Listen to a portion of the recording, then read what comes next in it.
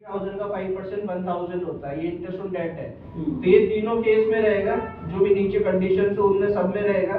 Equity share 10 पर share दिया हुआ है, 50,000 शेयर्स दिए हुए क्वेश्चन में, ठीक है।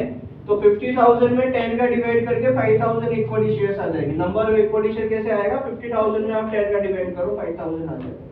सरप्लस कुछ यूटिलाइज होता नहीं है, सेल्स है, टोटल कॉस्ट है, income before interest and tax है, ये ईबीआईटी हो गया आपका। ये क्या हो गया? ईबीआईटी हो गया आपका, ठीक है। और पूरा यहाँ पे कैलकुलेट करके दिया हुआ है। नीचे क्या बोल रहा है? Expansion programme is estimated to cost 50,000। Estimated मतलब एक्सपेंशन प्रोग्राम कितना है? 50,000 रुपीज का, मतलब कंपनी को 50,000 रुपीज की जरूरत हो रही है। It is finance due date. अगर इसको डेट से फाइनेंस करोगे, रेट ऑफ ड्यू डेट 7%, मतलब 50 लाख रुपए अगर आप बोरो करते हो डेट के थ्रू, तो 7% इंटरेस्ट आपको पे करना पड़ेगा 50,000।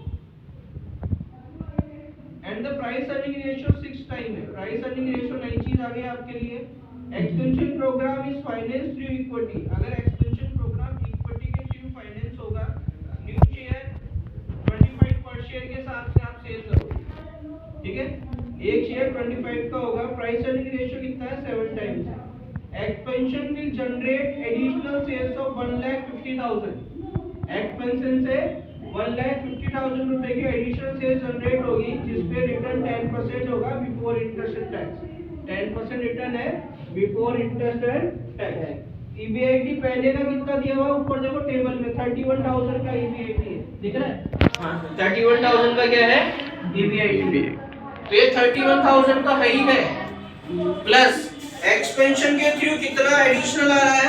1,50,000 है, 10% रिटर्न है, तो 15,000 और हो गया, 15,000 और हो गया। यहाँ तो दो ही केस है, तो दो ही कॉलम बनेंगे। एक तो डेट इशू है, एक तो और एक इक्विटी इशू है, दो ही केस है यहाँ पे। एक तो डेट इशू है, एक क्या है? इक्विटी इशू है। तो यहाँ पे दोनों का प्लस करोगे ना तो 46,000 हो जाएगा। ये 46,000 क्या हो गया आपका? ईबीआईटी हो गया।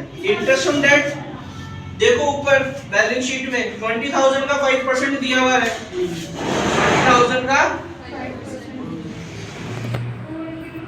कितना होता है? 1,000 होता है। कितना होता है?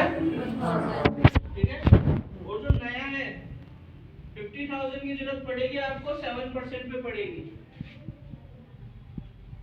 50,000 की जरूरत पड़ेगी, 7% पे पड़ेगी। कितना हो गया? 3,500। ठीक है, दिया हुआ है, दिख गया सब कुछ। तो टोटल कितना हो गया? 4,500 हो गया यहाँ पे। तो क्योंकि यहाँ डेट इशू करेगा तो नया वाला इसी में आएगा, और उधर जो इंटरेस्ट ऑन डेट रहेगा वो केवल ओल्ड वाला ही रहेगा, क्योंकि वहां पे आपने नए इशू नहीं किए। आगे बात समझ में? जो ओल्ड वाला इंटरेस्ट ऑन डेट है 1,000, वो तो दोनों में कॉमन रहेगा 1,000 1,000, और जो नया वाला इंटरेस्ट ऑन डेट है वो केवल इसी में होगा, डेट इशू में उसमें नहीं होगा। तो ये तो 4,500 हो गया, वो 1,000 हो गया। लेस कर दो, कितना आ रहा है? 41,500 आ रहा है। यह कितना आ रहा है? 45,000 आ रहा है। अब इसका 30% निकालो आप, कितना हो रहा है? 41,500 का 30% 12,450। और नेक्स्ट में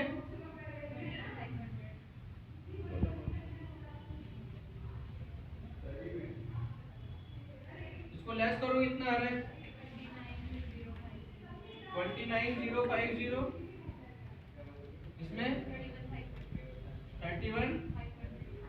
प्रेफरेंशियल डिविडेंड क्वेश्चन में कहीं भी मुझे दिख नहीं रहे, प्रेफरेंशियल क्वेश्चन में गिवन नहीं है, तो यहाँ नील कर दो, यहाँ क्या कर दो।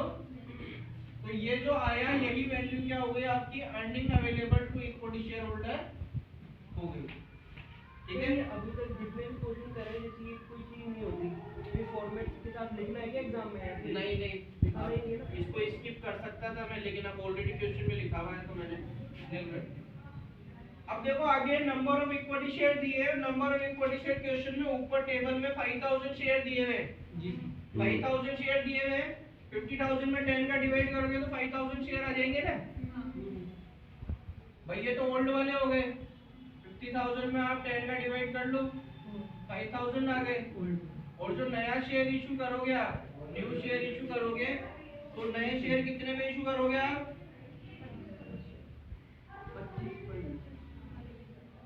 25 पर शेयर में करोगे, 50,000 है, कितने हैं?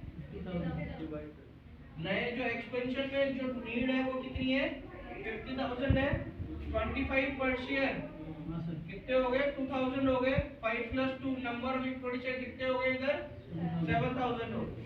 अब वही ईपीएस निकाल लो आप, इसका इसमें डिवाइड करके 29050 डिवाइड बाय 5,000, ये समझ में आ गया? फिर इधर 31,500 डिवाइड बाय 7,000, इसका इसमें डिवाइड कर दो, कितना आ रहा है? 5.81 आ रहा है। और इससे अगले में करो 4. अर्निंग पर शेयर पे ही क्वेश्चन खत्म हो जाता था, लेकिन इस क्वेश्चन में एक स्टेप एक्स्ट्रा दिया हुआ है, प्राइस अर्निंग रेशियो। क्या दिया हुआ है? प्राइस अर्निंग रेशियो क्वेश्चन में गिवन है। प्राइस अर्निंग रेशियो या ब्रैकेट में लिख रहा हूँ, गिवन है क्वेश्चन में, ठीक है? तो इसमें लिखा हुआ है डेट वाले में जो कितना है 6 है, और इक्विटी वाले में कितना है 7 है। डेट वाले में जो कितना है 6 है, और इक्विटी वाले में कितना है। अब इस क्वेश्चन में आपको मार्केट प्राइस निकालना है। क्या निकालना है?